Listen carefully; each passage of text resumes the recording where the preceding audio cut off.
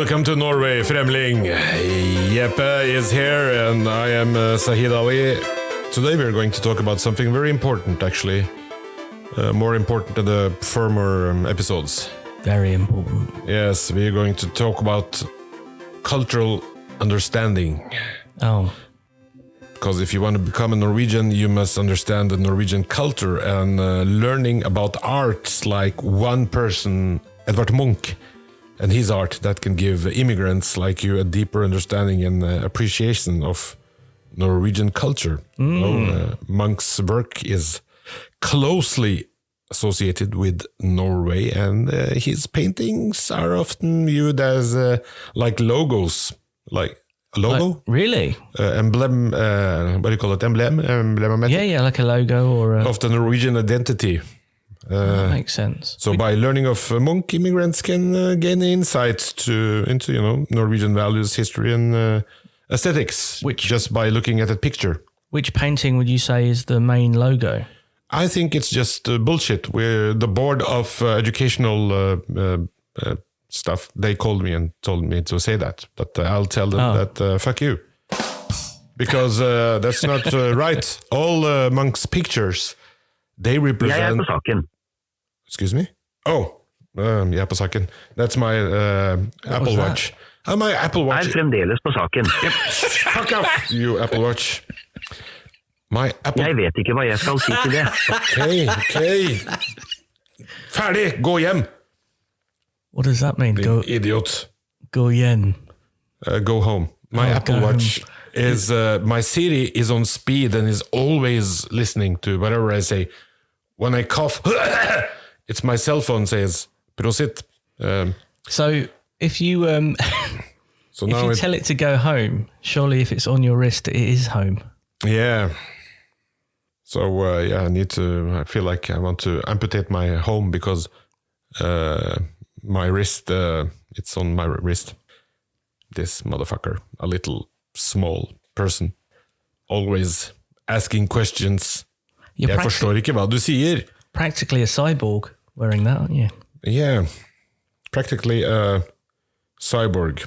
This is how the future will be. With my left arm is telling me what to do, understand. So Munch is do you know about Munch? I know about Scream, and I've Which got screen? Your television screen? No, Scream. Scream. And you like it? Yeah, it's all right. It's a cool painting.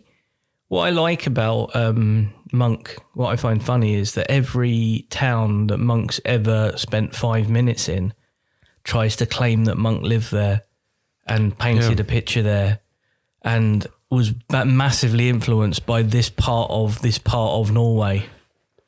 Like especially Westfold. Yeah, like just they want to claim him as much as possible to try and get as much money out of it or cultural relevance as they can. Yes, but the thing is that nobody cares. And nobody cared about Munch, and the Norwegians especially never cared about Munch. No? Until the Americans care about Munch. I'll get back to that. Yeah. Let's get back to music. Munch is all about... nobody liked Munch. While Munch was painting the establishment and, all these... the royal families and all those... Art critics, and they didn't like Munch because he was not showing Norway beautiful and nice sides. He was just showing illness, jealousy, people dying, suicide... crazy women, all the negative things you can imagine. So when he had like his exhibitions in Germany, for example, in other countries, people said to him, because I was there listening, and they said, so this is Norway. And he didn't, because he was a weird guy, he didn't say, no, this is just how I portray some of my friends and family. He was an awkward guy, so he didn't say anything. So people thought that, oh shit, that was the worst advertisement for Norway was in those paintings. Don't go to Norway unless you want to have AIDS in your face and you want to jump off the cliff and drink poison or blah, blah, blah. So nobody backed him up. Yeah, Norway's favorite subject is Norway. Yeah. as well. So no, it's, but I think that, and you had the Munch Museum, which it was the famous Munch Museum until 2006 or seven. No, until now, a couple of years ago, was a little fucked up building, small, like just a bit big, as big as my house. Yeah.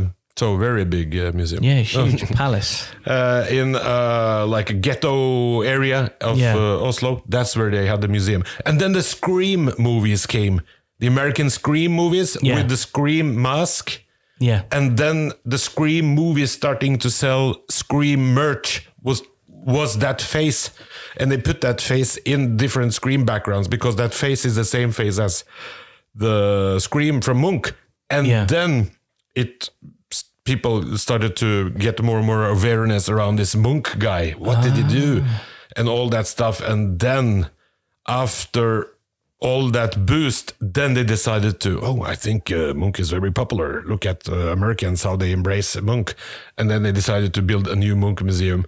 And the new Munch museum, if you compare the new Munch museum with the last Munch museum, it's like, it's very clear that you just discovered Munch, didn't you? Because he died like in 1945, I think.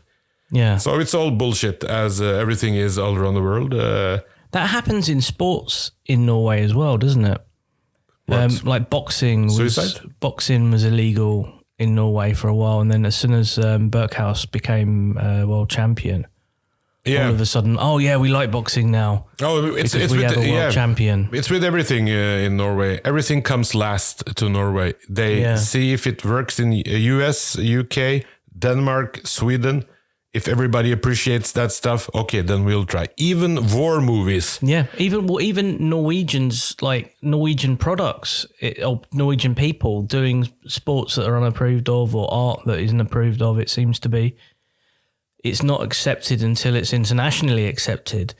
And then as soon as you can use it as something you can boast about, then all of a sudden it becomes a mainstream and it's acceptable and everyone likes it. Yes, that's right. So Norwegian war and war history, they started to make that after 2000. Before that, there wasn't any... There's lots of stupid war movies, but the biggest, the heavy water... there is a factory south in Norway where they produced heavy water, and there was some Norwegians who blew that stuff up. It's in Rjukan. Right. So the Germans couldn't take the heavy water to use to make atom bomb. Their theory is that... What the Okay, let me just take this phone. I'm just in the middle of... Hello? Is he? Hello? Hello, ja. Hører du med? Ja? Ja, det Erik Stefansen i Nettavisen som ringer. Hei Erik. Hallo du. Hei. Du, jeg midt i en podcast, jeg trodde det var noen tøysefolk som ringte, for jeg kjente ikke nummeret. Kan jeg ringe deg på om en liten stund? Det kan du. Fantastisk, takk. Hei. Who was that? Oh, that was the director of a very big Norwegian newspaper. Really? Nettavisen, yeah. I don't know why I took the phone, but yeah. Was it really? Yeah, it was. It was Nettavisen. I told you about the chief of that. That's cool. So, yeah. Does he want to do a language school as well? Do you think that? Yeah, maybe he called to say, I'm... then now, because I told him that, I'm in the middle of a podcast. Then he would say, Language Power Podcast. Yeah, that's true. Let us have it. Yeah, so Kirk Douglas was an American movie about all the... Americans made more movies about the Norwegian war history than Norwegians did. So now after that, things are coming out and all the war heroes are dead. Now suddenly something has happened. And comedy also, comedy series. It's Curb Your Enthusiasm. You have Curb Your Enthusiasm, and then it's a English version, and then there's a Danish version with some comedians. Then it's a Swedish version, and then Norway comes at last. So the Norwegians have seen all the versions, and they're now looking at the... That's like Taskmaster, actually, is another comedy series that got changed to Kongen Befala. But that was a UK-based series that came out and then went everywhere, and then all of a sudden Norway picked it up late. Oh yeah, that's normal. You buy TV series from other countries. That's very normal. And I think there are a couple of Norwegian series also going in UK televisions. Oh, cool. So it's buy and sell. That's ordinary. But this stuff is more like they wait 20 years after things have died out, then they try it in Norway, and it works. So it's a success oppskrift, oppskrift, recipe. So Norway, would you say Norwegian popular culture is quite risk adverse? Risk averse. Yeah, like they're not willing to take risks. But Like they very avoid- often no, yeah. I think.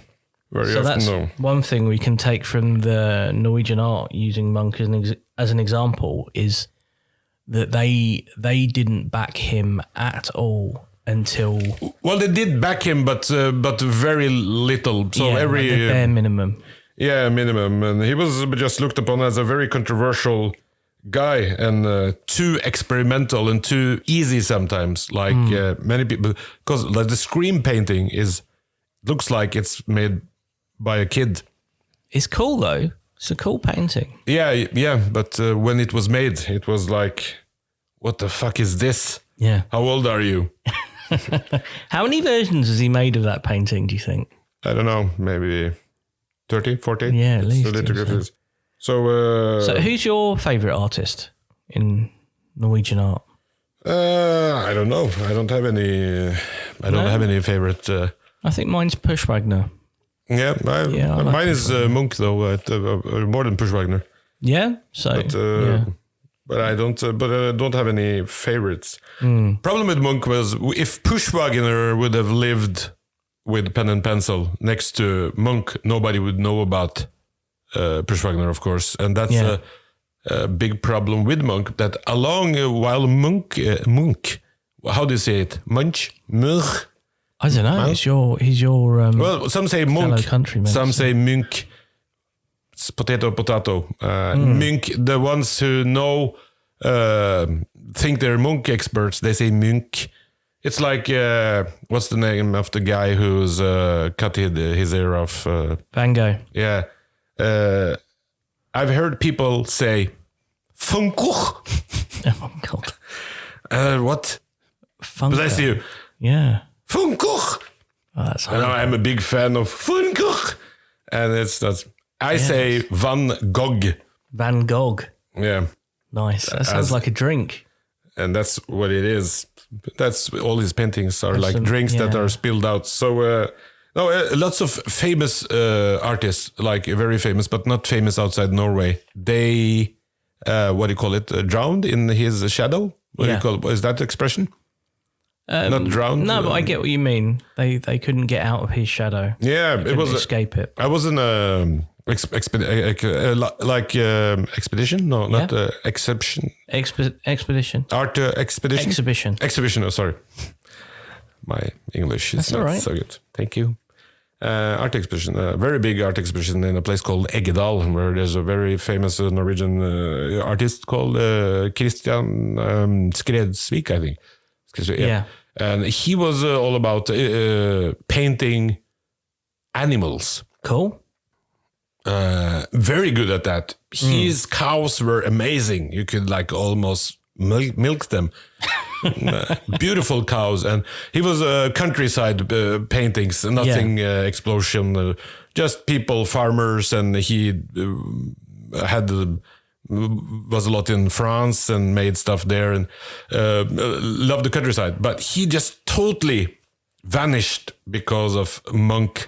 And nobody's heard about him. He's so vanished, specialized in chickens and small birds. Strange. Cow. Have you met many artists in Norway that have managed to survive other than... Because I know you met Push Wagner a few times, but were there any others that you knew or that you've met that... Who didn't survive Munch? Yeah, or that can at least vaguely stand up to him and be known by Norwegians? Or is it just when you say art to Norwegians, they only know Munch? Yeah, there are some samtids artists. You got the guy from Frogner Park. Yeah, he's more a sculpture, Vigeland, Vigelandsparken. His name is Gustav Vigeland. So I think he was a friend with Munch and used to hang out with him. And so did all these other fellow artists. And yeah, they tend to, don't they? Yeah, hang around. There wasn't so many pubs and bars, so they have drinks in the same place. But he was a sculptor, so there are many. But Munch is, of course, the far biggest than anyone. And Scream is one of the most renowned and recognized paintings in the world. Yeah, I'd say that. I mean, the Frogner Park, I remember going there and looking at the statues and thinking, oh yeah, the babies are cool and everything. But I took one picture and that was a guy kicking a dog on a statue. And that was it. And that's because I was childish and I thought it was outrageous.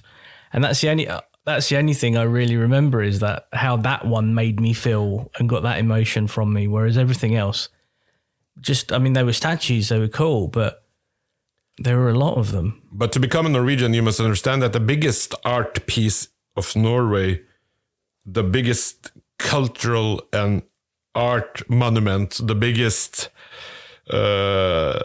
piece of physical stuff. Yeah, that every Norwegian wants to identify themselves with more than Munch, more than anything, is my asshole. No, I was just checking if you were paying attention. I was waiting. You're paying it. I was. That's the ski jump. The ski jump. I thought you was going to say that giant moose in the. No, that's just a stupid moose blown up 1,000 times, but it's the ski jump. The ski jump, what's that? Is it just an actual ski jump? Or the Norwegian ski jump? It's by far the most well-known thing all over the world from Norway. So most people, when they think about Norway, cause all the Winter Olympics, and it's one of the oldest ski jumps in the world. It's called Holmenkollen. Holmenkollen ski jump. It's Holmenkollen. So it's the Holmenkollen. I thought I was just relating it back to your arsehole, Holmenkollen. That was all. I don't understand this kind of distinguished colon English. Is a part of the butt. I'm sorry, I don't understand. I was trying to be funny. I was trying to understand, but I've limited English. I learned English from American movies with Arnold Schwarzenegger, so it's. I don't understand everything, but I understand some. Unskil. Oh yes, very good. Unskil, yes. And in Norway, when you say unskil, the other person, there's no response. No, they just look at you yes, as expected. Yeah. You apologize to me. And just a nod, yes.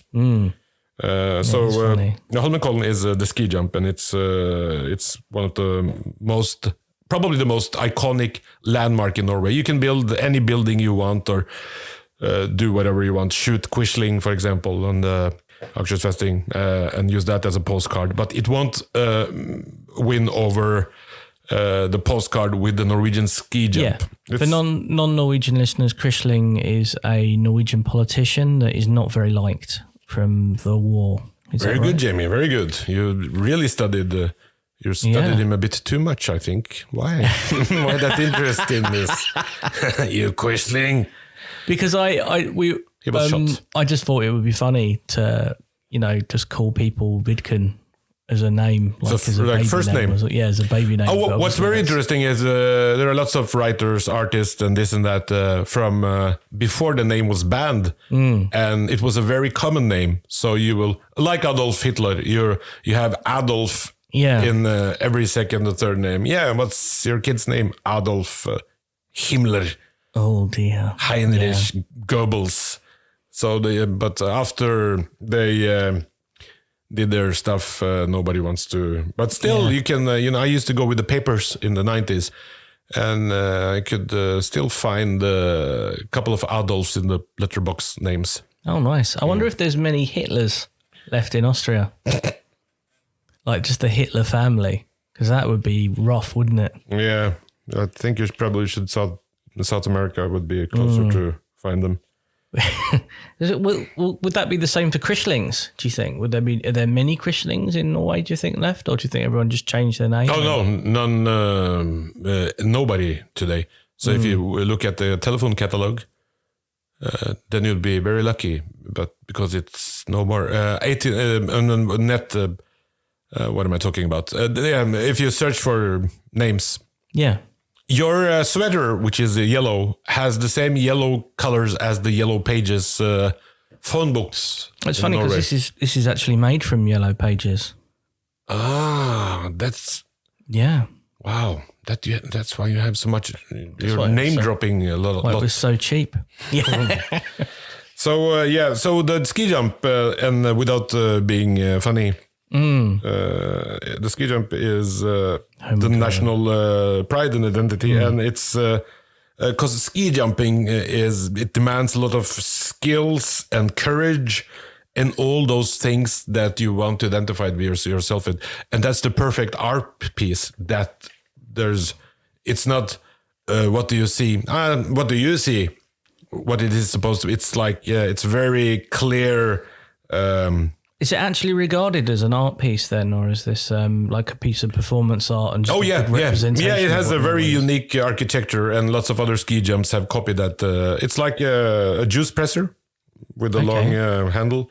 So it's that is more than Munch logo Norway. for success and to do something prestation, Yeah. as you call it.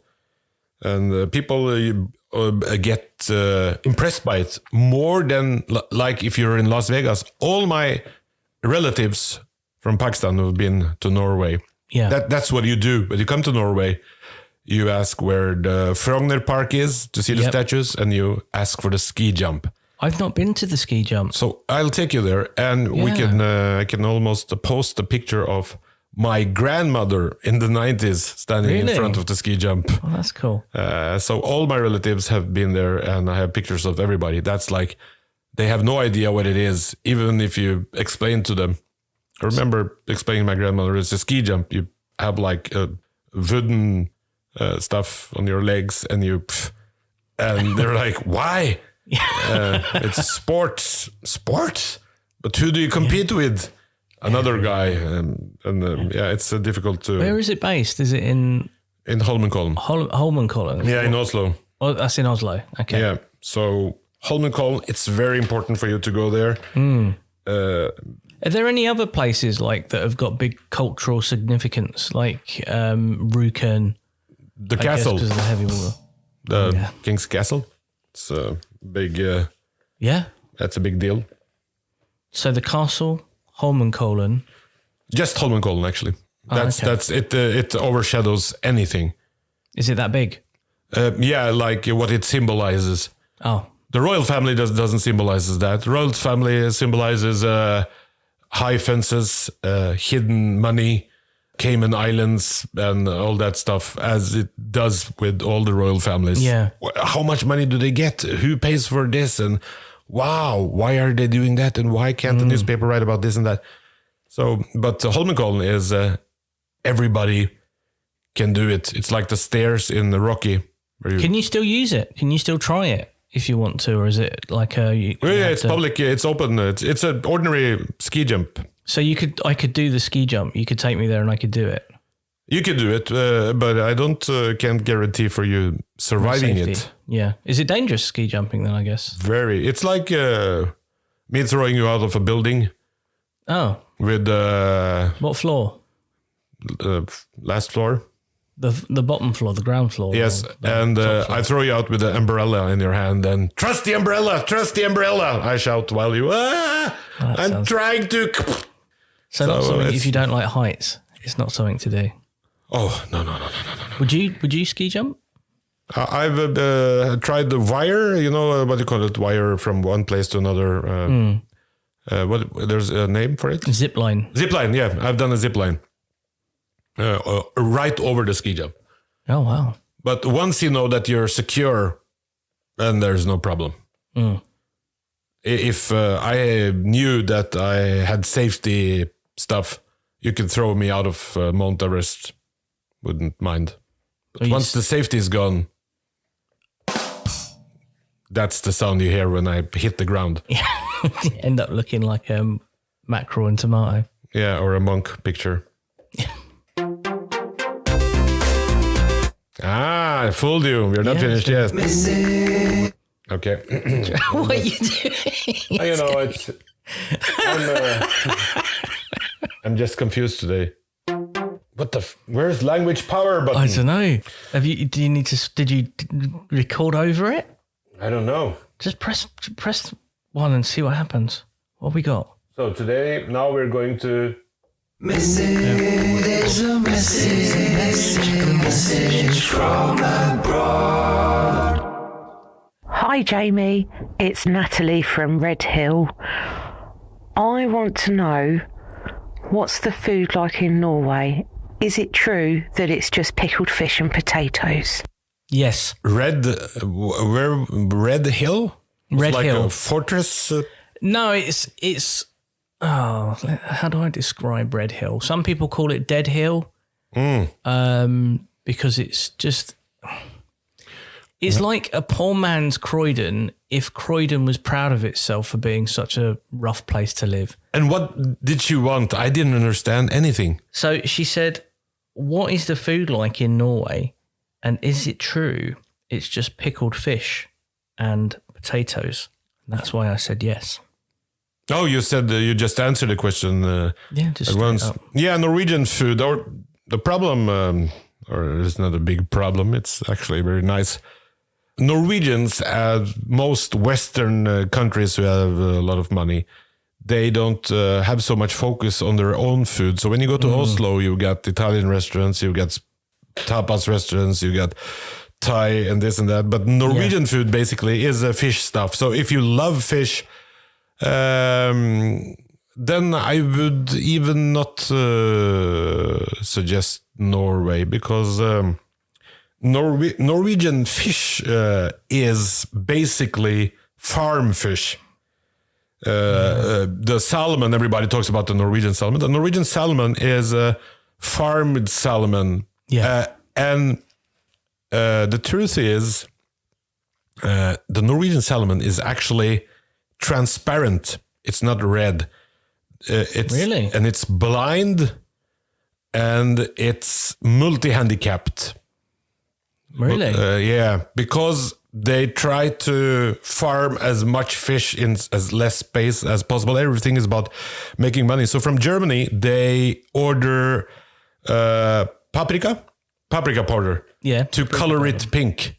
Wow. And they order a lot of stuff to make it look like the Healthier than it is. Yeah. So it's totally fucked. So what are the nutrition? The nutritional value must be really bad. Very bad. I almost don't eat it anymore. If you really want to eat good fish, like salmon, then you should, in the shop, you can buy wild salmon from outside Canada.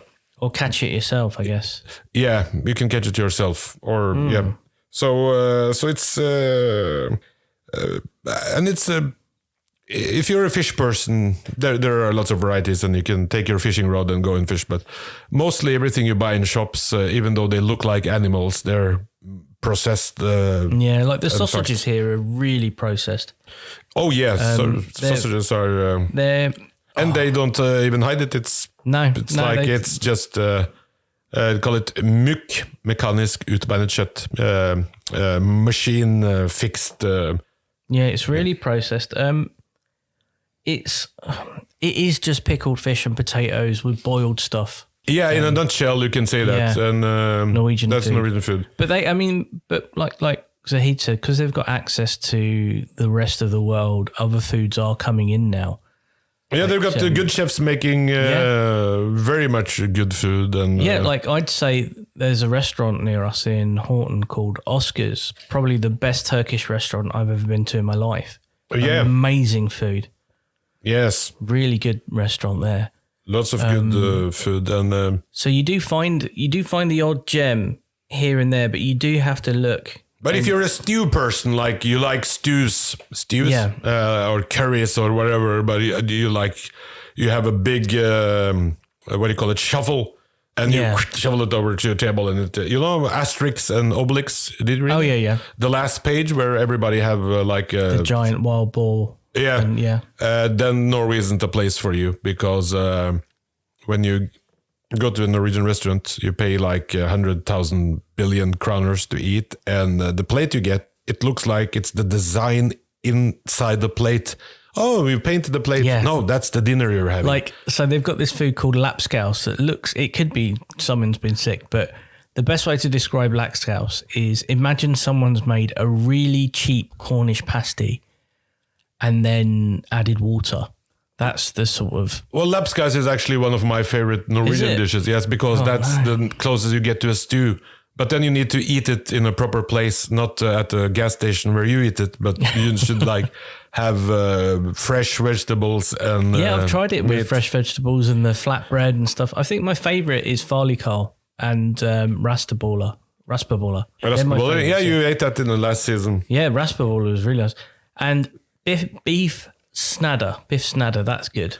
Beef snadder, yeah, that's Norwegian road food, but it's good. You have the béarnaise sauce and you have a beef... Yeah, and that translates as beef tasty.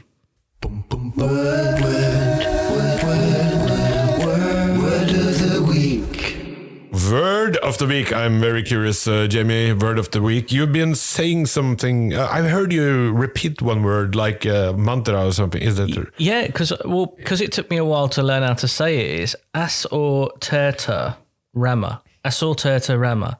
It's the terta that was catching me out. So assorterta rama is assorted frames. Assorterta rama. Yeah. Oh, assorterte rammer. Yeah. So assorted frames. Yeah. I was in a shop and they had a sale on. Sorry, but we need this. Oh. Assorterte rammer. So you broke it up like it was some Hebrew stuff going on. Assorterte rammer. Shalom to you, my friend. Assorterte to you too. Oh, thank you. You can see why I've been saying it as a mantra now, trying to understand. But it was because I saw it. There was a sale on in this shop that was selling frames, and they didn't write the whole thing, so they just wrote arserammer. Yeah. Instead of assorterte rammer, and obviously arserammer means something else in English, and I just laughed and I took a picture of it because I'm. What is arserammer? Well, when you're going to ram something in someone's butt. Then you say ramme? Yeah, ramming. Yeah, you're ramming it. So arserammer in for my childish little mind in the UK, that was quite funny. So I took a picture of it and yeah, I was like, what? Assorterte rammer. Yeah, only 7 NOK.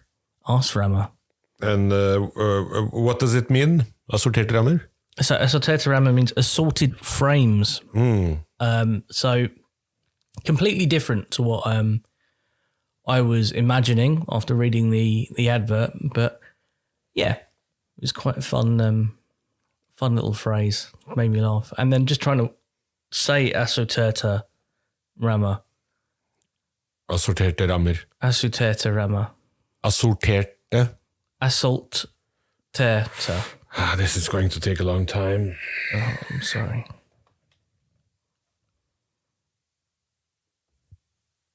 Language power.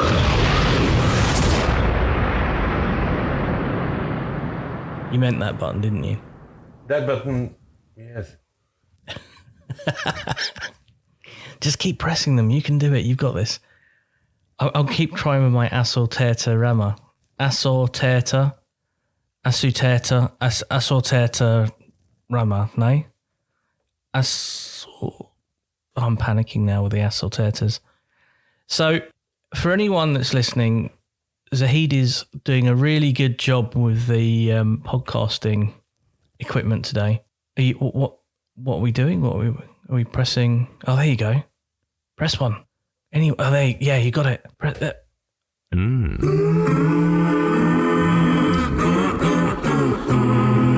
Isn't it good Norwegian food?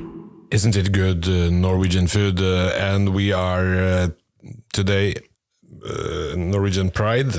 This is Norwegian dessert. The Norwegian, it's very important Norwegian cultural cultural, traditional food that Jamie is trying today, and it's called the same all over the world. Waffles, Norwegian waffles. Yeah. So I've tried one of these before, and I can tell you now that this is cold. This waffle I've got, it's a bit like a frisbee at the moment. It's very rubbery. So I have got no disillusions on how much I'm going to enjoy this or not enjoy this.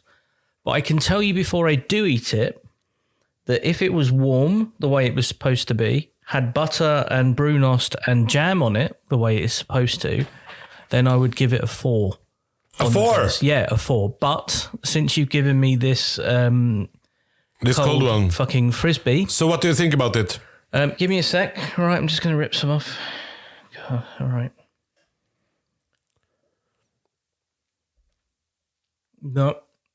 Probably under 4.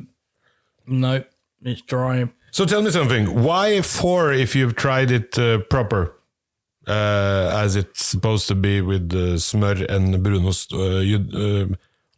Do you like waffles at all? So smør means butter right. I'm giving that a 2 to start with because it was cold and like a frisbee, and just didn't really taste of anything but sour. Sour I had milk, it in the fridge for a week. I'm sorry, but yeah, I love waffles. Production. You do. Normally, I love Belgian waffles. I like strip waffles from Holland. They're very nice as well. I think strip waffles are probably my favourite, actually, other than Belgian waffles. They're like totally different kind of waffles. My favourite is, though, Norwegian waffles. I think do you like it like the frisbee one? No, they're supposed to be soft. And, you sure? You can have some of this frisbee one if you want. It's really nice. It's waffles is waffles. Yeah, have some of this cold waffle that you gave but me. the frisbee ones is more the definition of the Belgian waffles, aren't they? They're thicker, bigger. Yeah, but they have taste and texture. Try it. Go on. By all means, it's just like eating an elastic band. But yeah, I've been eating waffles since I was a kid. Yeah, but, you're not gonna. The thing with the waffles is the Norwegian waffles is the pålegg. The thing you have on them. Also, the first thing is that they're soft. They're like different, and they got some different ingredients than the waffles from other countries. So every country has their own version of waffles. But I really like the Norwegian ones, and butter, of course, and brunost is. Would you eat one cold like this? This rubbery frisbee mess you've given me? Yeah, sure. But I would if I was very hungry, But not for the taste of it, just because of just to eat it, yeah. And they have jam, syltetøy you can have on it. Rømme is... The raspberry jam, I think, is my favourite to have on a waffle, on a Norwegian waffle. So this is one of the dishes I feel is very, very good if you make it proper. Yeah. Norske vafler. If you make it proper. And you need to learn to like it. So I want you to take this waffle as a homework with you at home, and you take one bite every day before you go to sleep to bed, so you have that waffle taste in your mouth. Because how the waffle is supposed to taste, like the one you had, you very seldom get that. You buy waffles outside. The frisbee or the good one. Yeah. Because every time you go out, you go to the gas station, they have hard waffles. There's always something wrong with the waffles, or they're cold, or they're hard, or they don't have brunost, or they don't have rømme, they don't have smør, or they have smør, but it's very hard. Always problems. So if you like Norwegian waffles, make them yourself. There you go. Could get a waffle iron, actually. Language power.